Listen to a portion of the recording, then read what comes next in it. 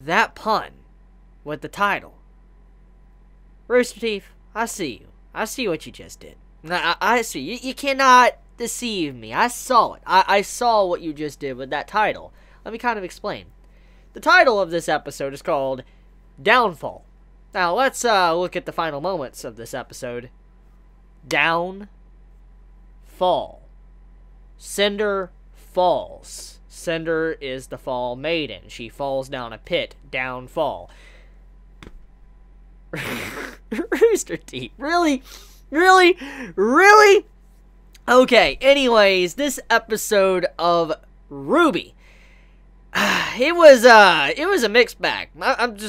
It was a mixed bag. It had some really great moments. It had some moments that were like your face is contorting and you're like, what did I just see? It's one of those episodes. Now, I don't know which I should start with. Should I start with the good or the bad first? I guess the best way is probably just to get the bad out of the way. If we get into the good, if we're getting into talking about what could possibly happen. I guess that's the best way to handle this. So, let me get the bad out of the way. So, there was a lot of problems with everything outside of the Raven and Cinder fight. There was a lot of problems. Let's start off with Adam for a second. Adam. A character that's been built up for, a long time. Like Volume 3 and all that. He's been built up for a while, okay? And we finally have that confrontation with Blake finally standing before Adam. This is something, like I said, it's been building up. And this is something many fans have been looking forward to. How would Blake stand up to Adam? How would she stand up to the White Fang? How is she going to be able to defeat Adam? Because from what we saw from previous volumes, Adam destroyed Blake like it was nothing. He destroyed her. And seeing this episode and how Blake was able to easily handle Adam like it was nothing, I'm like, what? Like, from everything we have seen from what Blake's been doing, she hasn't really been training that much. She's just been sitting around, stuck on an island, talking. That's basically it. She had a fight here or there, but overall, she hasn't really trained that much to be able to just completely destroy Adam like it's one-sided. Like, that was a really one-sided moment of the episode, and I'm like, you're gonna handle Adam like that? Like, Adam just going down like that? Now, obviously, he's not, like, done. He's probably has another role to play in this series, but even then, though, just Blake coming in and doing what she just did to Adam, I just, like, that's not a good way, I think, to handle Adam as a character and as a villain, especially you've been building up for many volumes now. I don't think that was the best way to handle it, personally, to me, because it felt weird, especially his forces, too. Can we talk about that for a second? Adam, the leader of the White Fang, and everybody rallying up behind him and all of that, and this arc has showcased that, he barely had any forces to stand up. When you look at everybody from the island and all that came with Blake, their forces, like, destroyed the amount of forces that Adam had. Adam barely had, like, 3 squadrons. Like, it was just really tiny. It was just really tiny. I'm like, what? Like, the squads. He only had, like, 3 squads against an entire, like, town. I'm like, I thought the White Fang would have a lot more, especially if they're trying to handle stuff like this. I figured there would be a lot more, but there wasn't, so that threw me for a loop. I was just like, okay, maybe that was like an issue with having too many things on the screen at once. Maybe Rooster Teeth didn't want to have like 100,000 people on the screen, which, okay, I can understand that, but even then, though, just something like this type of battle towards the climax of, this volume 5, and seeing, Adam barely have any troops, he's completely outnumbered, I'm just like, that's just weird to me. It really is. I feel like the entire Adam stuff, especially with this episode, just did not feel right at all. And then also how he hit the bomb and all that, like he was trying to blow everything up, and then apparently everybody still kept siding with him for the White Fang. I'm like, huh?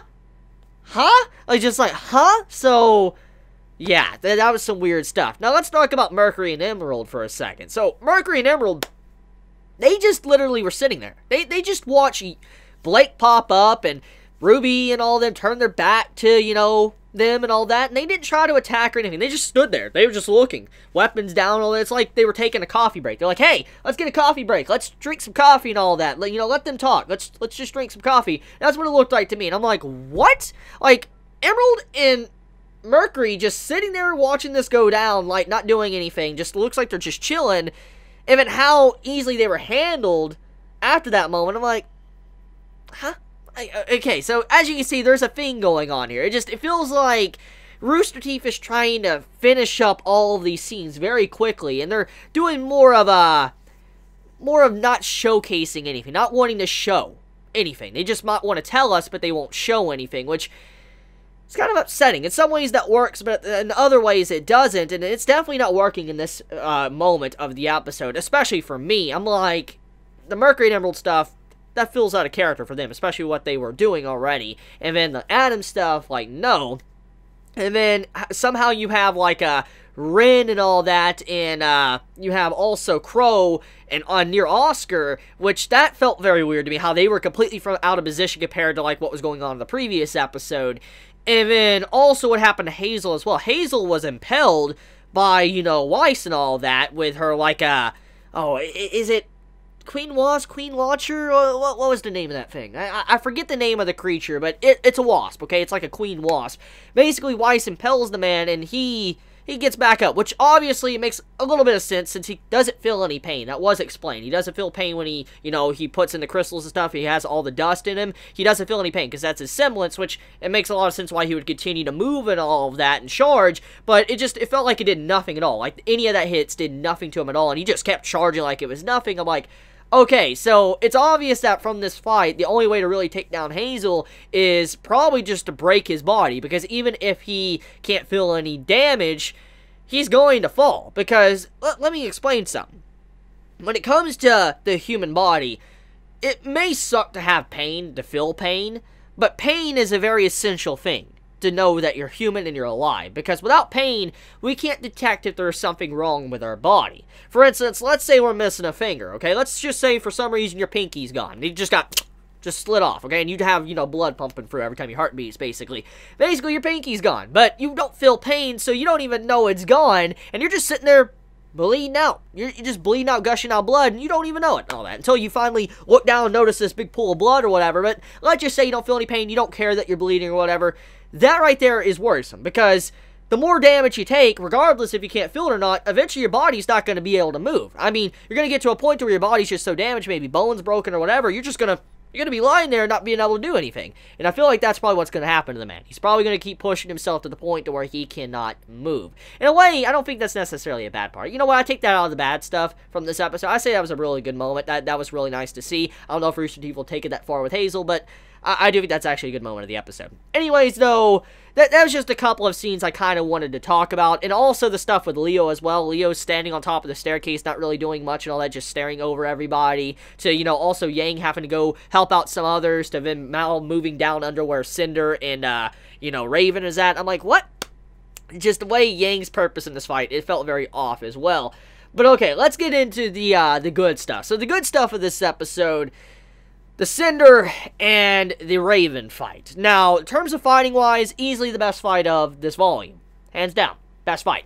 Now, I feel like there was some, references to Final Fantasy in that fight, because, or at least I got those vibes, because when you saw the, ceiling starting to collapse and all that, you see the rocks and stuff, and Raven and Cinder were fighting on, the rocks and stuff, and they were fighting going up and sideways and stuff, I was like, this is something I saw from Final Fantasy. Final Fantasy VII Advent Children. I don't know how many of you out there have, played Final Fantasy or watched that movie of Final Fantasy, but if you ever have, most likely you know where I'm going with this. In that fight, the final part of the movie, when Cloud is going up against Sephiroth, you see a scene where Sephiroth and Cloud are fighting on falling rocks and stuff, or falling debris, and that's what this scene reminded me of, when you saw, Cinder and Raven going up against each other, using their blades, their long blades, and attacking. I'm like, yo, this is some cool stuff. That fight really got me hyped up. It was very entertaining, and so, not disappointed at all in that moment. And also, we got to see the extent of what a maiden can actually do, because this is our real first glimpse at how strong a maiden is. We all have known that a maiden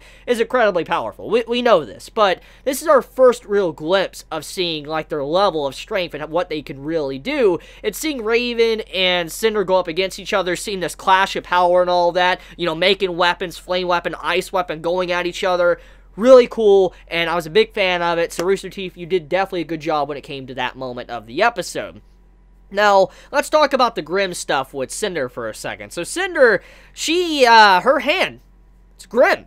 And I want to assume that Cinder is not dead. I'm assuming so, because when it comes to shows, any show, not just RWBY, but any show, if you don't see a body, you don't hear a crashing sound of ice breaking if they're covered in ice, which she was, but we didn't hear it. If you don't see a body, you don't hear a crashing sound effect or any confirmation at all, then the character's not dead.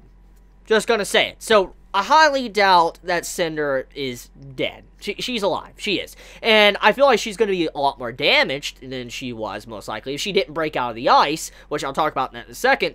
But if she didn't break out of the ice, let's say she hit the ground or whatever, she might have lost another limb, which in turn, when she finally gets back, she might be more Grim than human again, and she might have an extra limb that's Grim, which I could see as the series progresses, maybe Cinder finally, maybe instead of just having an arm, which is like Grim, maybe like half of her body is straight Grim. That would be really cool if that's the direction that Rooster Teeth wants to take Cinder's character. I would like that.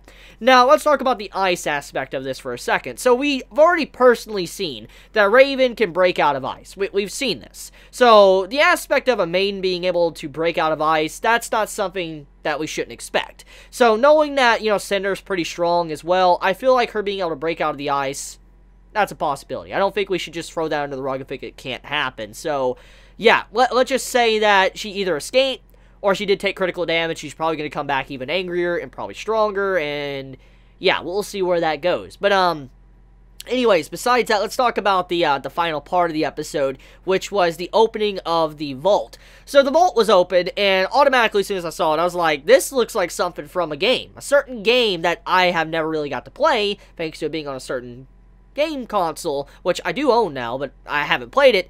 But it looked like a game called Journey. That scene to when the vault opened up and you saw the landscape, the desert, I'm like, this looks like Journey to me. It really does. I don't know if Rooster Teeth took inspiration from Journey, the art style and the looks of it, but it looked like that to me, and I'm like, I wonder what that, like, weird thing in the background is, and it makes me curious to see the next episode of RWBY and where Rooster Teeth wants to take that. What exactly could it really be? Because I feel like it's going to have some very vital importance besides just being like a relic or whatever. I do feel like it's going to be something that's going to, flip the table. It's going to flip our understanding of probably the story.